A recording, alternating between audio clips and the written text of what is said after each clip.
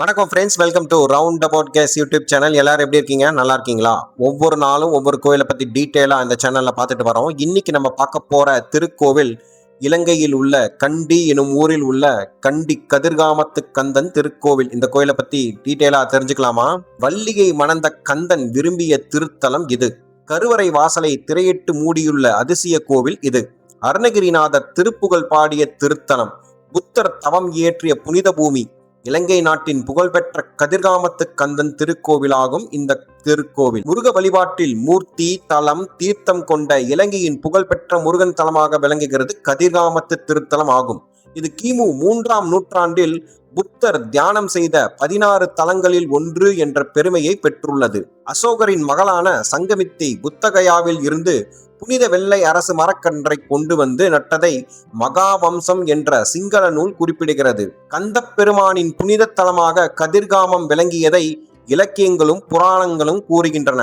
கதிர் என்றால் ஒளி, காமம் என்றால் அன்பு என்பது பொருளாகும். 6 கதிர் பொறிகளால் தோன்றிய முருகப்பெருமான் வள்ளியம்மை மீது காதல் கொண்டு மனம் புரிந்த இடமாதலால் கதிர்காமம் என்பது பொருத்தமான பெயராகவே அமைந்துவிட்டது. சூரபத்மனை வதம் செய்யும் நோக்கில் முருகப்பெருமான் கதிர்காமத்தை அடைந்தார். இங்கு ஓடும் மாணிக்க கங்கை நதி அருகே பாசறை அமைத்து வீற்றிருந்தார். இப்பகுதி ஏமகூடம் என வழங்கப்பட்டது. சூரபத்மனை வதம் செய்து வென்று நவகங்கை தீர்த்தம் உண்டாக்கி தேவர்கள் வணங்குவதற்கு எழுந்தொருளினார் என தட்சிண கைலாச புராணம் குறிப்பிடுகிறது. தெய்வ யானையை மனம் முடித்த பின்னர் வள்ளிமலையில் வள்ளியம்மையை மனம் புரிந்த முருகப்பெருமான் திருத்தணிகையில் அமர்ந்தார். பிறகு தாம் விரும்பும் தலம் கதிர்காமமே என்று தன் துணையான இருவரிடம் கூறி கதிர்காமகிரியை அடைந்து அன்பர்களுக்கு அருள் வழங்குகின்றார் என தட்சிண கைலாச புராணம் கூறுகிறது. வேடுவர்கள் பகுதியான இதுவே வள்ளி வாழ்ந்த தலம் என சொல்கிறார்கள். இங்கே வள்ளி திணைப்புணம் காத்த இடம், முருகன் மரமாக நின்ற இடம் என பல்வேறு இடங்களை அதற்கு சான்றாக அடையாளம் காட்டுகின்றனர் இப்பகுதியினர். யாழ்ப்பாண வைபவ மாலை என்ற நூலும் மகாவம்சம் என்ற சிங்கள வரலாற்று நூலும் கதிர்காமம் குறித்து குறிப்பிட்டுள்ளன. கிமு 500இல் விஜயன் என்ற மன்னன் கதிரை வேலவனுக்கு கோவில் அமைத்ததாக யாழ்ப்பாண வைபவ மாலை கூறுகின்றது. எல்லாளன் என்ற தமிழ் வேந்தனை வெற்றி கொள்ள விரும்பிய துட்டகெமுனு என்ற சிங்கள மன்னன் கதிர்காமத்து கந்தனிடம் வேண்டுதல் வைத்து விரதம் இருந்தான். அதன்படியே கந்தன் அருளால் வெற்றி பெற்றான். அதற்கு நன்றி கடனாக கிமு 101ஆம் ஆண்டில் கந்தனுக்கு தனி கோவில் எழுப்பினான் என கந்த உபாத என்ற சிங்கள நூல் கூறுவதாக பொன் அருணாச்சலம் குறிப்பிட்டுள்ளார்.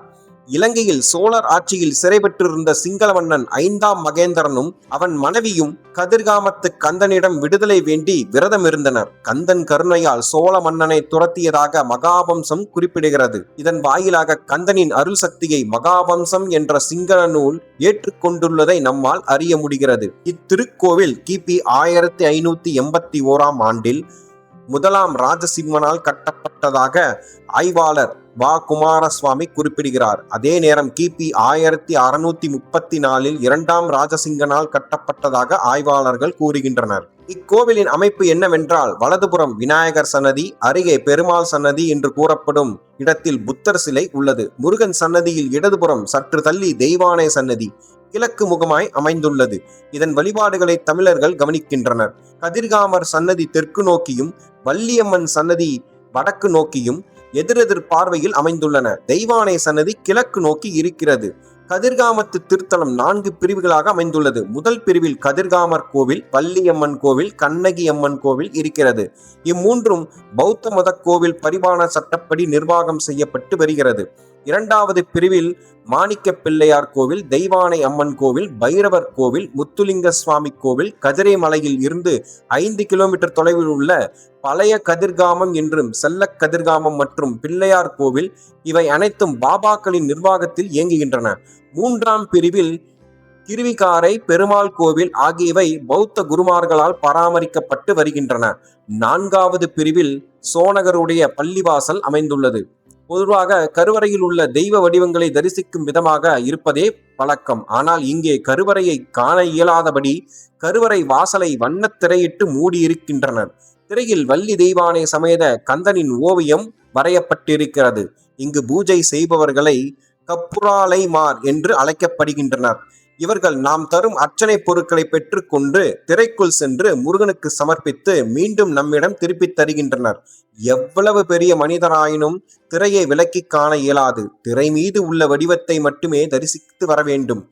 கதிர்காமத்து கந்தனின் புகழை கேள்விப்பட்டு பெரிய எதிர்பார்ப்புடன் செல்லும் நமக்கு அவரை காண இயலாததும், கோவில் எளிய வடிவில் அமைந்திருப்பதும் சற்று ஏமாற்றமாக உள்ளது என்றாலும் இவரின் சக்தியும் அருளாற்றலும் அதை ஈடு செய்து விடுகிறது. மீண்டும் ஒரு நல்ல பதிவில் உங்களை சந்திக்கிறேன். இந்த வீடியோ உங்களுக்கு பிடித்திருந்தால் லைக், ஷேர், சப்ஸ்கிரைப், கமெண்ட் செக்ஷனில் கமெண்ட் செய்யவும். நன்றி, வணக்கம்.